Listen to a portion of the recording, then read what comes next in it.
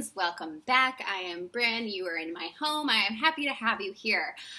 We are on our third part of our workshop, which is Take Back Your Story, which is understanding our narratives, our beliefs, how they impact us, and creating a more supportive, new, realistic story that actually helps us to feel better in this world today instead of living in a narrative that was made 10 years ago for you. So please go back and watch the other two little episode thingies. It will help this one make more sense. So we are going into the stories that we write. So we just did the stories that maybe are taught to us by our communities as we grow up. And now we're going into the stories that we kind of start writing for ourselves, which still get outdated. So let's do this. In our lives, we all have experiences that start to shape us, and sometimes they shape us for the better, and sometimes they can really be harmful. So this happens starting anytime, really. It's just those big moments, whether we are a child or a teen or an adult. They're those big moments that start having those like aha kind of, whoa, this changes how I see the world, this changes how I see myself. And what those moments start to do is create these other stories for us.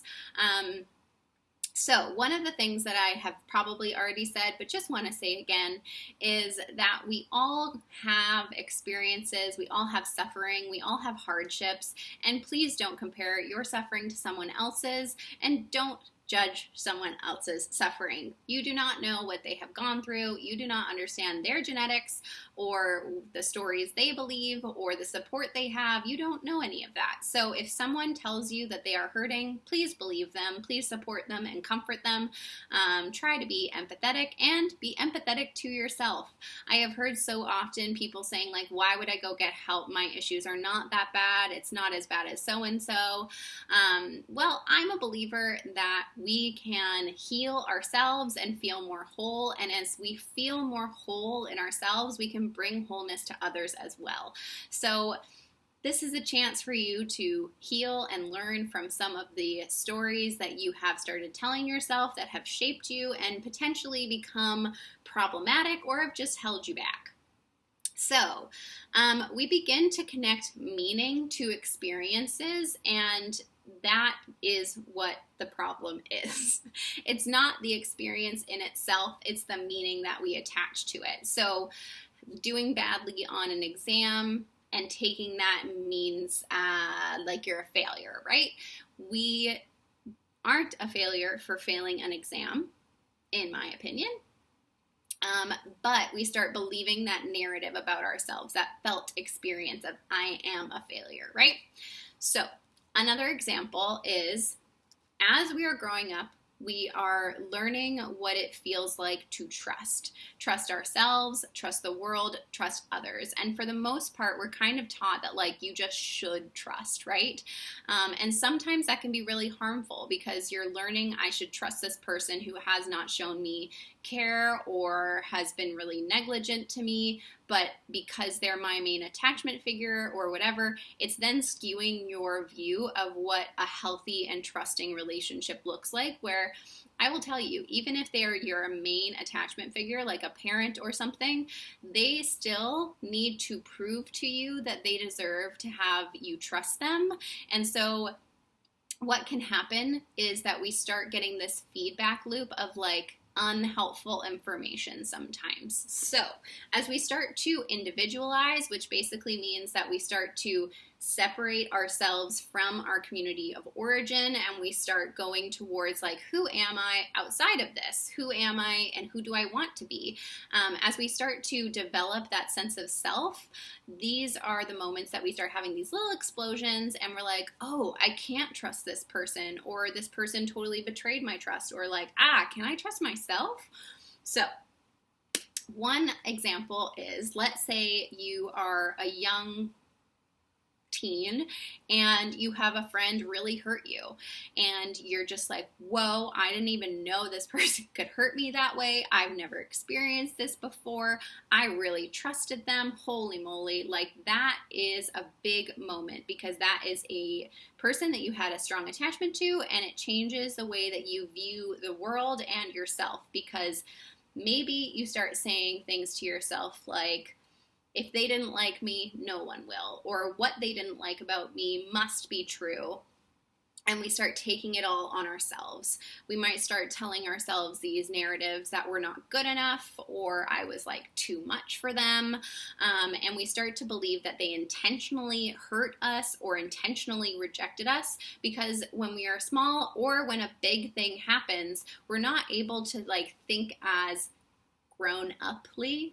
I don't like to use the word rationally like that, but basically we're not able to consider context. We're not able to really understand that it was more than just us. There was a lot of other things. So we start internalizing this idea of I'm not good enough, or whatever that narrative might be. The way I start to see this is like you're driving along and you hit a pothole. And then in your life, you keep going over that pothole and it keeps getting bigger and bigger unless we heal it, unless we fill it up and spend some time and care giving that part of you attention. So what this is a word that is going to sound familiar and intense, but that is actually a trauma. So I'm going to teach you guys about something that was like a big moment for me when I was in my master's. I was learning a lot about trauma. The school I went to had a lot of like trauma-informed counseling. And one of the things that I was learning about is how the brain reacts to trauma.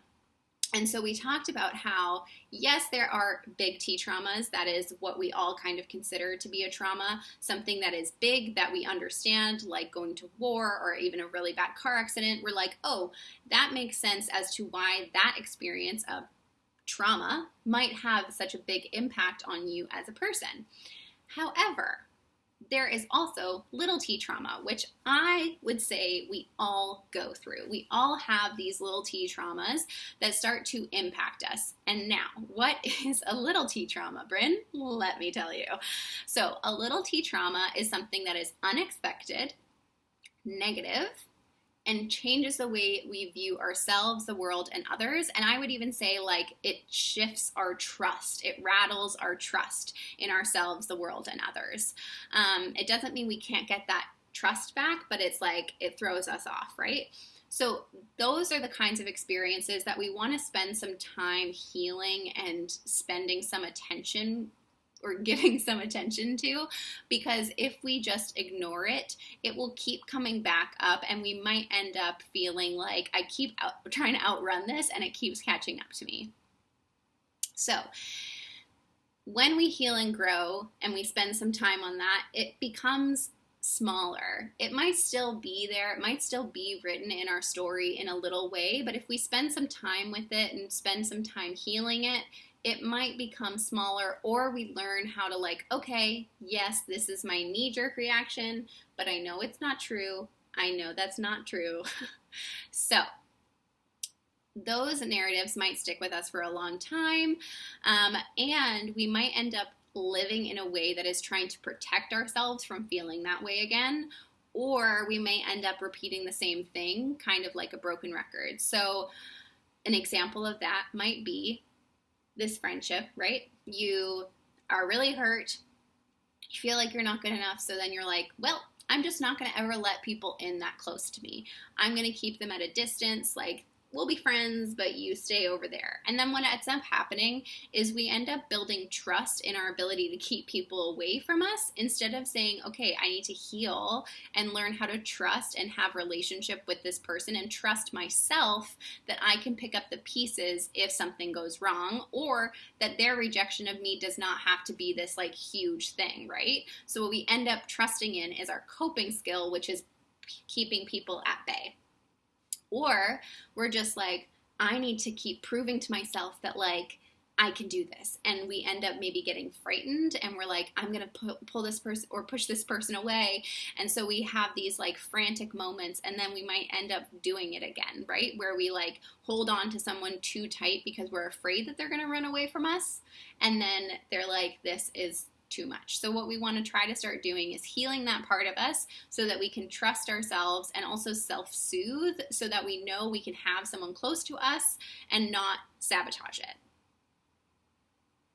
So another example is being punished for a bad grade and internalizing shame that you are bad, a label, right? Becoming a perfectionist then, so that is kind of like our coping skill. Maybe you are already like a high achiever. That's part of your natural personality that we talked about in the earlier one. And yet you start realizing, oh, if I rely heavily on this one personality trait of mine, which is like the high achiever, perfectionistic, then I will protect myself from feeling shame ever again. But what we need to do is go back and heal that part of you that believes that you are bad because you did something bad, or you're a failure because you got a bad grade. Let it sink in. You are not a failure even if you fail. You are not bad if you do something poorly. I know that might sound like a no-brainer, but I encourage you to just like let that sit with you for a minute. Because we all have things that we're trying to outrun. We all have things that we're trying to protect ourselves from feeling again, but we need to let ourselves know that it doesn't have that much power over us. We are the ones with the control over how something impacts us. And sometimes it does not feel that way. Let me tell you, as a very sensitive person, it takes me some time to heal. So just remember, if you failed something, you're not a failure. It's okay. So we start using this perfectionism to help us achieve, and we start seeing it as like our holy grail. We're like, this thing is why I am the way I am. It is how I am like getting things done. I am praised for being a perfectionist or a high achiever. And yet what we need to do is maybe stop outrunning that. Maybe have some balance, because you have other personality traits that also want to come out and feel free to come out. And sometimes by trying to be perfect, we don't let those other traits come out and actually help us like heal and grow and be whole. So this can lead to try to constantly outrun the shame by keeping everything in your control. And then you end up getting to a point where this is too exhausting, this is anxiety provoking, and you end up developing a dependence on that perfectionism. And yes, it might be very helpful, but let's create a more holistic perspective on who you are, not just rely on one personality trait all the time. So these stories can begin to develop in ourselves in adolescence and in adulthood, but it also continues throughout the rest of our lives. So just because we've healed from maybe what happened in our teenage years, maybe there's a chance to explore something that may have happened other times. The other piece is even positive experiences and stories might end up being unhelpful to us in certain times. So maybe you were praised for being an athlete, and this begins to shape your view of yourself. Like, being an athlete is so great. I am not one, but you become part of a community. You feel valued, especially as a teenager. You're starting to feel valued like individually, not just because of like the community you were raised in. And it gives you this positive view of yourself, and you start finding value in that part of yourself. However, the problem happens when we get too rigid in those beliefs. Even if they are positive, we may end up feeling stunted or held back if we do not let them change and grow as we change and grow. So often we are learning through, yes, shared knowledge that we are talking about, but we are also growing through our experience. We're like testing out things all the time and seeing like, is this me? Is that me? What about this? What's this thing? Oh. And what happens is these stories end up becoming stagnant and rigid and stale because we have grown so much but are still telling ourselves this old narrative. So as we experience life and get more information, it's important to try to have more adaptive stories that we're telling ourselves that will serve us better. So an example for me is I never saw myself as an entrepreneur, but now I'm starting my own business. And there was a moment where I had to say, like, okay, what is my perspective on what an entrepreneur is? It's someone who's like hustling, who loves like networking and all this shit. And that is not me.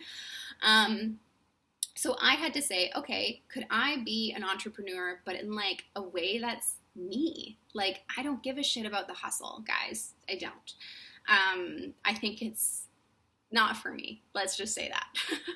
So maybe we have narratives that we're just like, oh, I need to adapt this to fit how I am now. Maybe we're like, I never saw myself as the funny one, but like I am pretty funny, and I'm funny in my own way. And this is very Alexis from Schitt's Creek.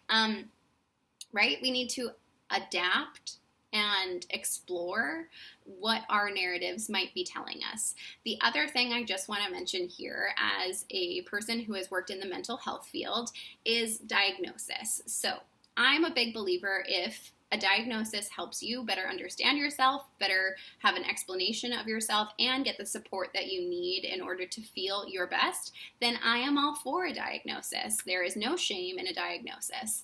I am also a big believer in sometimes we just want to say, like, my symptoms align with this thing. So I have anxious symptoms, or I have depressed symptoms. So I'm going to get the medication I need, get the therapy I need, whatever that might look like. Because sometimes if we tell ourselves, like, I'm anxious, that is going to be our explanation for everything in our lives going forward. And I want to help us like break open the box. And yes, you can be diagnosed as an anxious person, but you are more than that. And you are so much more than that. And that does not have to define you or keep you in a box. So I encourage you, maybe you've been living under labels that someone else has given you, and maybe they don't fit for you anymore. And there can be fear and some trepidation in like leaving some of those labels, but as long as you're still getting the support you need to keep healthy and happy, then maybe that label doesn't need to hold you back so much. I am someone who has had definitely moments of depressive symptoms and moments of anxious symptoms, but I choose to use that kind of terminology because to me it makes sense for who I am. So I just want to encourage you about that. The other thing is, so often you get a diagnosis, sometimes from someone you have met like twice. And so if you are in therapy, counselors, at least in Canada, cannot diagnose you. But maybe your counselor knows you a lot better than that doctor you saw one time. So maybe asking your counselor, like, does my diagnosis make sense to you?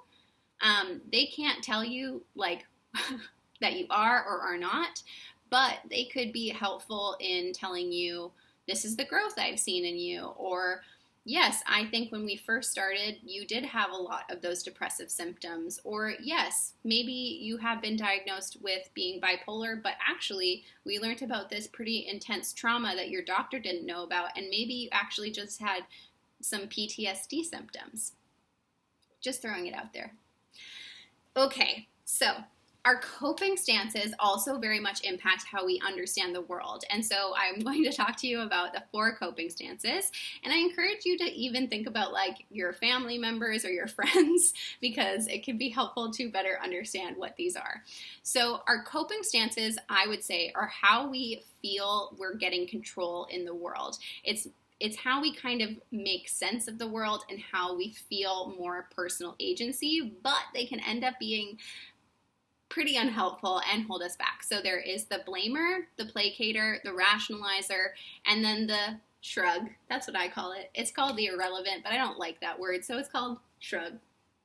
So the blamer is the person who only considers the other person. They are the pointer. They're saying it's your fault that this happened. It's your fault that I am mad right now. It's your fault that I did this.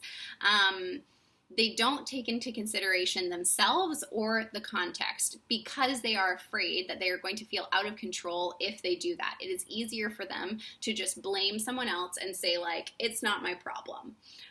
What they want to try to do is start to understand, okay, that is my knee-jerk reaction, but it actually gives me more sense of agency and control if I am able to reflect on what I contributed, because then I can know how to adapt, how to maybe not do that next time, how to make this relationship okay again, how to apologize.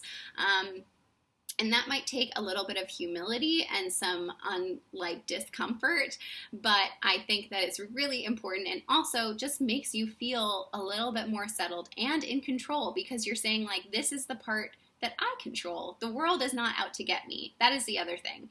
Blamers sometimes have an experience like we've talked about, and instead of saying, okay, I see maybe where I came into play, so let's go back to that like friendship one. Okay, I could see that I was like pretty needy and like wanted that person to spend all their time with me, and they tried to establish boundaries and I just like did not listen to them, right? So then you can take that information and not blame yourself, but say, okay, well, in my next relationship or friendship, I don't want to do that. So I'm going to try to respect their boundaries. I'm going to tell them that I would like to see them more. But if they say no, I'm going to respect that, right?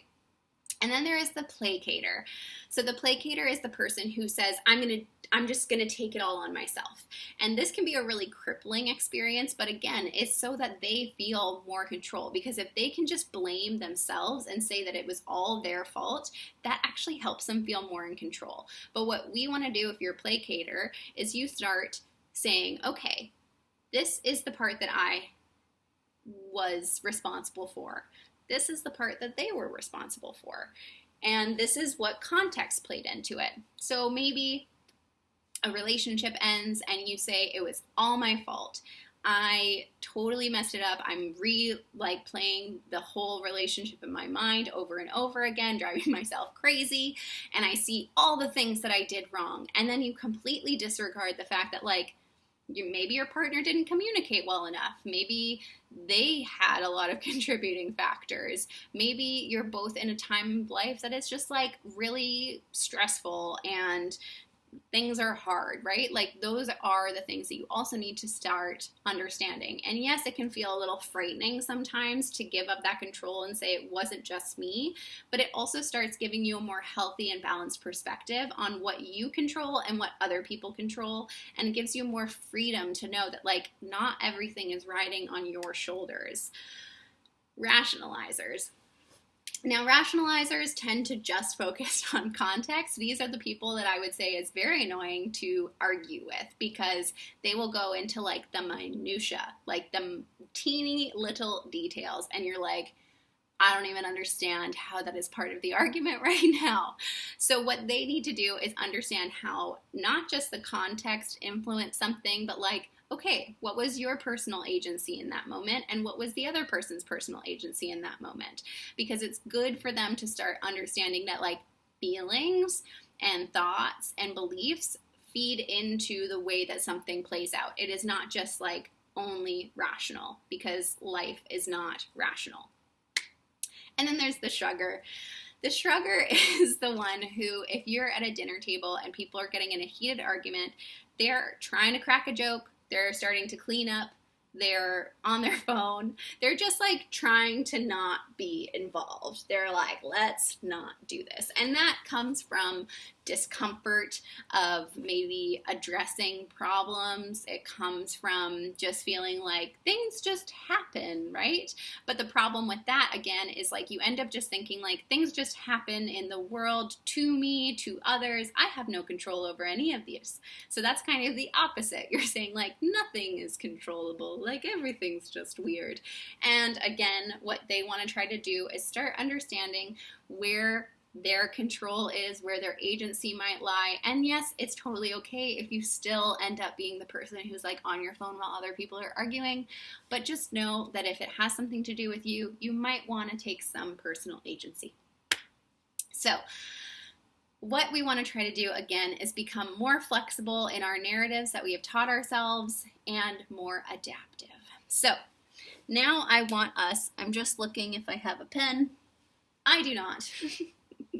So Now, the homework I want to give you for this one is a timeline of your life. And I did this a lot in therapy, and it can be really interesting. And it can also start to show you where some of those little potholes have come from. And sometimes we are telling ourselves the same story that we had when we were 12. And then when we do this exercise, we realize, like, oh, I have actually really healed from that. Maybe I can tell myself this story less. So I'm going to give you an example. This is what I want the timeline to look like. This is the timeline. Draw a line across your piece of paper in the middle. And then we're going to put the things that are positive above the line and the things that are negative below the line. And we want to start at like 0 or whatever and go to your age now. And the length of the lines, I want them to be how impactful that experience was to you. So maybe it was like getting to be valedictorian was like so awesome, and then not getting into your favorite school that you wanted to go to for college, but like that wasn't that bad because I got to go to a different school that goes down there, right? So just write the year that it happened or the age you were if you remember, and then like a word that kind of describes it. So as you're doing that, you start to notice what those big moments were and how they may have impacted you and the story that you started to believe about yourself. And as you start to finish it, and I know some of us are like, I have such a bad memory. Just start with what you remember, and I promise your memory will start getting jogged. And even if you want to, like, go through each grade, you're like, okay, who did I have as a teacher in grade 1? And if you're homeschooled, it might be a little bit more confusing to do it that way. But start to ask yourself, okay, what happened in this year? What happened in this year? And you'll start to create a bigger, more holistic story for yourself, and you'll start to see how these individual things have shaped you. And then you can start to say, what do I want to take from this? What parts of this story do I feel like are true still? And what do I understand now that I didn't understand then? So some of the stories we might be telling ourselves is like, I'm really smart. I'm really dumb. I am a high achiever. I am really chill. I'm not good enough. I am too much. I am the goofy one. So one of the things that I want us to think about as well here is the roles that we have played and how they might hold us back. So I find that as we enter into different communities, whether it's like one friend group and another friend group, or it's our family, or it's our like cultural like group, we might morph and like be different people because of when they met us and who we were when we were forming those things. So the other thing I want you to think about is, what roles have I played that maybe don't feel like me anymore? And there is a idea in systems theory that if one person changes, it throws off the balance of the group. So sometimes we are holding on to a certain part of us because it makes other people happy, or it creates the balance in the group that we think we need. And so the last piece is there something that you wish you could tell that younger part of yourself? Is there something you wish that she or he or they heard at that time? Because you get to be your new attachment figure. You get to be that person who brings healing and love and compassion into your life, and you know what she, he, or they wanted to feel or know in a way that no one else does. So thank you for joining. There is still one more section. I know this one was a little bit longer, but I look forward to seeing you in the next one, and see you later.